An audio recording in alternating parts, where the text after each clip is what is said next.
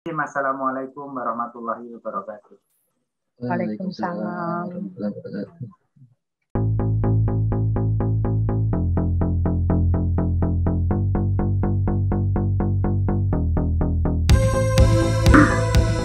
Jadi kita kembali kepada metodologi penelitian untuk kajian budaya atau cultural studies, bahwa seperti yang kita sebutkan di awal, bahwa ciri khas dari kajian budaya ini adalah kita mengkaji praktek kebudayaan di masyarakat. Ya.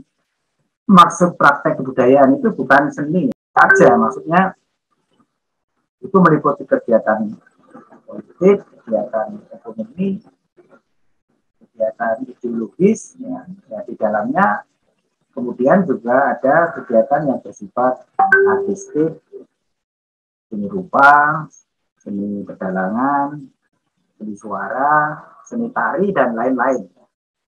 Jadi nanti Bu Kristi mau memilih yang apa? Kalau itu SIPA, ya SIPA nanti problematiknya di mana yang menurut Bu Kristi itu di SIPA itu terjadi mungkin ya kekurangan, mungkin terjadi pertempuran, nah itu ya terserah lah, itu mau dibangun melalui konsep pemikiran yang bagaimana.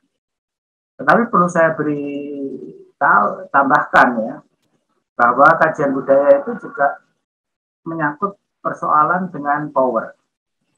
Jadi kalau SIPA itu urusannya dengan siapa ya? Urusannya dengan pemerintah kota Jakarta ya, sebagai pusat power yang menyelenggarakan atau yang memberi restu lah. Kemudian juga siapa penyelenggaranya, apakah itu organisasi yang dipimpin oleh Bu Ira Kusumosari, ya terserah saja. Tapi yang jelas bahwa praktek kebudayaan ini berkaitan erat dengan apa yang terjadi di dalam kekuasaan. Jadi relasi kekuasaan dan relasi dengan praktek kebudayaan.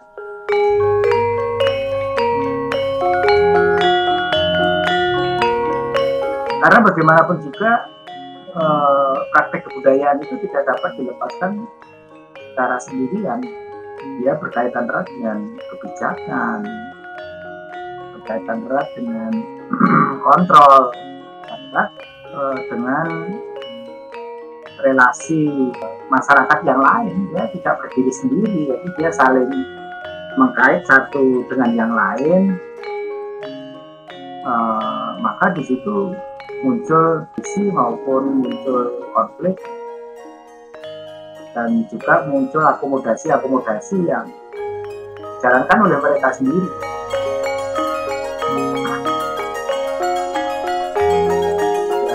Cultural studies, kajian budaya itu dalam pengertian ini tidak hanya mengkaji tentang kebudayaan saja, tapi aktivitas interaksi sosial di dalam masyarakat dengan konteks politiknya. Maka dari itu, cultural studies itu bisa juga bikin hotel menjadi persoalan karena berkaitan dengan negara, dengan pemerintah, dan dengan rakyat. Ya, itu juga sebuah praktek politik dan kebudayaannya. Dengan demikian, terkadang kita terjebak pada seni sebagai kebudayaan. Kemudian seni sebagai sesuatu yang dilepaskan dari konteks sosial dan konteks politiknya. Kalau di dalam cultural studies itu semuanya saling kait-mengkait dan kemudian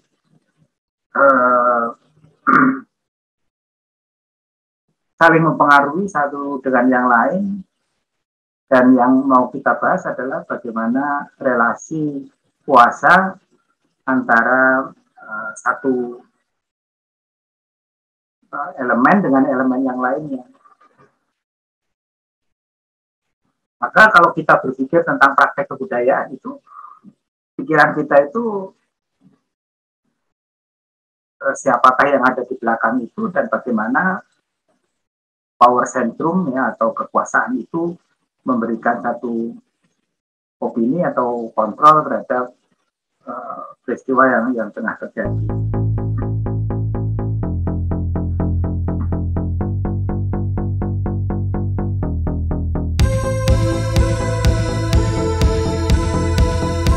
Nah, karena kajian budaya itu bersifat kritis, biasanya ya sebuah upaya untuk membongkar praktek-praktek yang menurut kita itu membahayakan. Misalnya praktek polusi, praktek pemberian bantuan yang tendensius misalnya, itu semua akan mendidik masyarakat untuk tidak menjadi cerdas, tetapi justru mendidik masyarakat itu di dalam situasi yang chaos karena selalu menunggu bantuan, padahal bantuan itu sendiri mempunyai implikasi ya, terhadap kekuasaan. Jadi kita harus membongkar bahwa tidak boleh ada kejahatan atau kebohongan di dalam praktek-praktek kekuasaan dan praktek kebudayaan itu, dan praktek politik. Di situ kita harus mempunyai atau berangkat dari pemikiran yang critical thinking, jadi bahwa kita mengkritisi sesuatu yang berkaitan erat dengan persoalan-persoalan yang kita hadapi itu, yang kira-kira praktek kebudayaan itu menimbulkan satu bencana ya. Misalnya wayang diharamkan, yang ceramah itu dilenyapkan atau ya, sebaiknya ditinggalkan. Sementara peradaban sendiri ya merupakan bentukan yang dinamik ya, meskipun dulu merupakan wayang itu sebagai sumber agama Hindu ya, untuk mempraktekkan kepercayaan dan keyakinannya melalui wayang. Kemudian pada zaman Islam juga diubah sedemikian rupa yang selaras sesuai dengan spirit dari agama Islam itu sendiri. Perubahan yang paling radikal adalah dewa-dewa sebagai pencipta alam semesta, dewa-dewa menjadi ciptaan. Berarti ada kekuatan yang maha kuasa di atasnya yang menciptakan para dewa-dewa itu. Jadi dewa sebagai ciptaan seperti manusia biasa. Tetapi mempunyai kekuatan yang lebih karena memang diciptakan sedemikian itu dalam lakon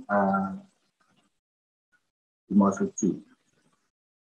Jadi Bimo itu direpresentasikan oleh Sunan Kalijogo sebagai orang yang mencerahkan kepada masyarakat, termasuk para dewa-dewa itu yang bisa ada dewa pencabut nyawa, ada dewa pembentuk bumi, ada perusak bumi dan lain-lain ya.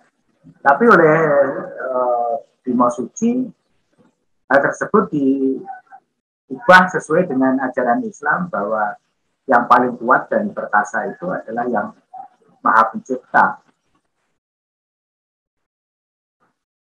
Maha Pencipta tidak kelihatan, tetapi dapat mewujudkan kekuasaannya di dunia dan mampu menghidupkan maupun mencabut nyawa orang. Nah itu sudah diubah sedemikian rupa sehingga wayang itu dapat berfungsi untuk penyebaran agama Islam. Nah, dalam hal ini saya kemudian menyebut wayang sebagai satu instrumen untuk dapat digunakan untuk berbagai kepentingan. Kalau orang Kristen mau menggunakan dengan wayang wahyu itu ya no problem. Karena apa? Karena wayang wahyu itu yang mereka rasa oleh Kristen ya monggo. Kita tidak pernah mempersoalkan itu. Karena itu wayang sebagai instrumen itu ya kemudian saya gunakan untuk dakwah. Ya ceritanya sesuai dengan visi kita sebagai orang Islam. Jadi wayang sebagai instrumen itu digunakan sebagai satu alat saja, sebagai sarana untuk menyebarkan gagasan-gagasan tentang dakwah misalnya. Bagaimana caranya melakukan suatu instrumen itu menjadi alat, ya itu tergantung pada yang menciptakan itu sendiri. Maka kalau Bu Kristi bertanya tentang bagaimana itu wayang dijadikan sebagai alat diplomasi, ya sudah barang tentu itu kita harus bertanya bagaimana asal mula dapat diwujudkan wayang sebagai media diplomasi. Baik itu melalui studi literatur maupun studi orang yang berpraktek di dalam kebudayaan. Karena di situ saya keliling dunia, baik di Rusia, di Jepang, di India, Bulgaria, Rumania, dan sebagainya, itu tidak dapat dilepaskan praktek kebudayaan ini dengan kekuasaan, yaitu dengan pemerintah. Kita bekerja sama secara sinergis untuk mewujudkan gagasan yang saling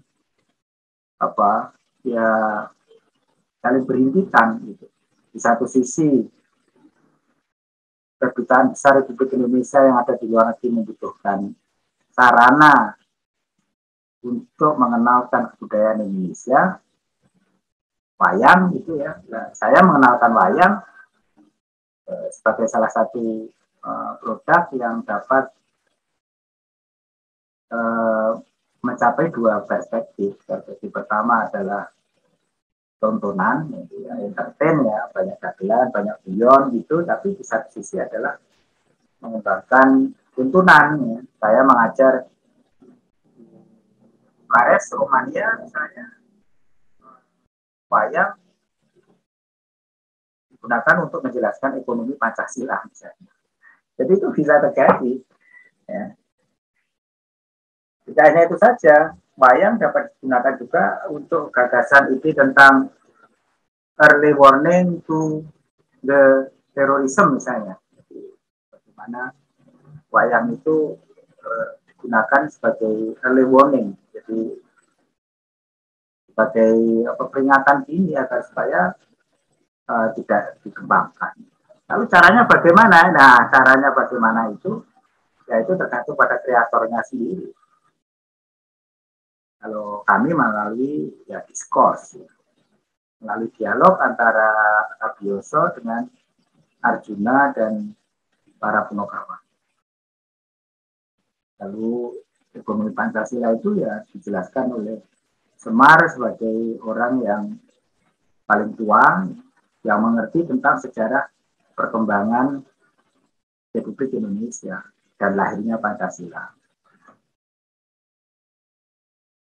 Nah, di situ ya, kita melihat bahwa ada hubungan erat antara praktek kebudayaan yang saya lakukan itu dengan kekuasaan. Ada relasi yang saling menguntungkan. Maka dari itu, kalau kita berbicara tentang culture study itu, ada dua perspektif. Yang pertama itu dapat diamati secara fisik. Praktek kebudayaan yang dapat diamati secara fisik. Yang kedua, praktek kebudayaan yang tidak dapat diamati, yang bersifat imaterial. Kalau caranya begitu kan nanti para calon dokter itu harus menentukan kalau itu memang secara fisik dapat diamati ya lebih mudah ya sebagai satu pengamatan atau diteliti berdasarkan panca indera. Tapi kalau itu tidak kelihatan kan agak sulit. Karena mungkin panca indera tidak dapat melihat, tidak dapat meraba, tidak dapat merasakan, tidak melihat bentuknya. Nah, lalu bagaimana caranya? Ya, secara metodologis agar supaya dua-duanya bisa dijadikan subjek penelitian. Ya, salah satu cara adalah menggunakan konsep semiotika. Kan bagaimanapun juga wujud gagasan itu ada. Wujud gagasan ada yang berupa benda-benda, tapi ada yang berupa kata-kata atau gambar, atau juga perbuatan. Jadi di situ semiotika menjembatani satu subjek kajian itu dapat diraih datanya, dapat dimengerti karena kita menggunakan semiotika yang tampak di dalam panca indera, tetapi tidak tampak di dalam panca indera. Tapi dua-duanya akan mewujudkan sesuatu. Kalau orang berbicara itu ya tidak kelihatan bentuknya seperti apa, tetapi akan muncul verbalitas. Ya datanya di verbal itu. Kalau kemudian tidak mengucapkan sesuatu, tapi dia mencoret-coret sesuatu di tembok atau di mana ya, tembok yang dicoreti itulah wujudnya dari gagasan yang ya, pikiran di situ. Maka semiotika itu menjadi satu alat yang canggih di dalam kita dapat meraba data persoalan-persoalan baik yang material maupun yang imaterial.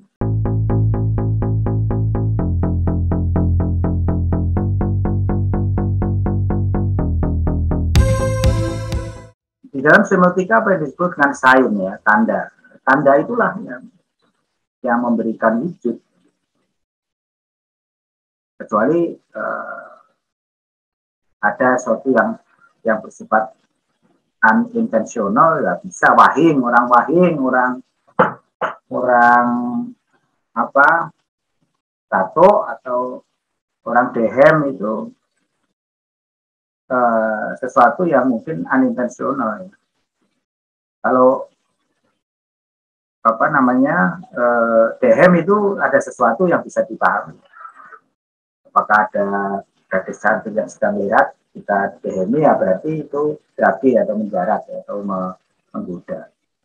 Tapi kalau itu ada wahing, tiba-tiba ada wahing, ada tiba-tiba apa buang angin besar ya itu kan unintentional ya, mungkin tidak bisa kita jadikan satu data karena sifatnya yang unintentional, kecuali itu disengaja ya. Nah, makanya unsur-unsur di dalam semiotika itu harus detail ya, di dalam merumuskan apakah data ini bisa dipahami secara baik ataukah data itu tidak dimengerti secara bahasa ini.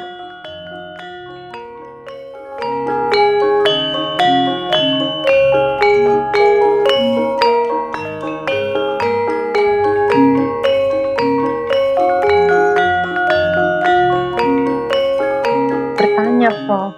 Boleh silakan.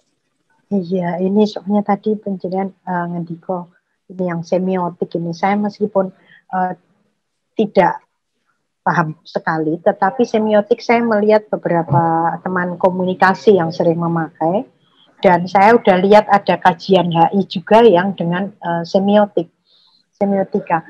Kalau gini, Prof, misalnya kita ingin meneliti, kan ada apa ya istilahnya, falsafah Jawa mungkin ya, misalnya apa Hayuning Bawono, apa seterusnya itu, Prof, dur apa ya, saya lupa itu. Nah, misalnya saya ingin mengkaji bagaimana falsafah budaya ini di dalam politik luar negeri Indonesia. Itu apakah bisa kok seperti itu? Nanti kita melihat misalnya datanya itu adalah dengan kajian semiotik, pernyataan-pernyataan atau kebijakan-kebijakan luar negeri Indonesia. Kira-kira kalau seperti itu bisa nggak ya, Prof? Bisa nggak ya, Prof? Kita gini Bu. Jadi yang pertama kali di kajian budaya itu kan praktek kebudayaannya, ya itu dipraktekkan apa tidak, kan begitu. Iya, misalnya saya ingin melihat bahwa itu dipraktekkan nggak? Enggak, ya Ibu itu harus punya data bahwa falsafah budaya Jawa itu dipraktekkan oleh satu kelompok, baik itu negara maupun kelompok masyarakat yang lain. Itu yang pertama. Lalu kalau dipraktekkan kan kemudian konteksnya apa? Ini konteks sosial apa konteks power? Ya seperti itu. Jadi kalau Ibu berkata apakah ini bisa, bukan masalah bisanya, apakah itu terjadi di dalam prakteknya, kan itu. Misalnya yang mempraktekkan itu tidak mengenal falsafah ini, tetapi kita akan mengkonfirmasi begitu tuh. Oh, yang bisa, yang tidak bisa. Yang bisa itu sudah harus dipraktekkan, iya, gimana? Jadi praktek kebudayaan yang dimaksud itu gagasan, falsafah, ataupun perbuatan yang sudah dilakukan ya oleh orang atau kelompok orang atau organisasi ya yang dapat kita amati. Itu tadi, atau yang bersifat imaterial yang tidak bisa kita amati. Maksudnya paham itu praktek kebudayaan itu? Ya, artinya itu kita sudah tahu bahwa itu memang dilakukan. Ya betul. Ya. Jadi fakta, ya. Fakta itu ya sebagai satu proses praktek ya ada praktek enggak. Kalau enggak ada ya enggak bisa. Oh enggak ada kok. Ya. Kalau saya satu Prof. Andre.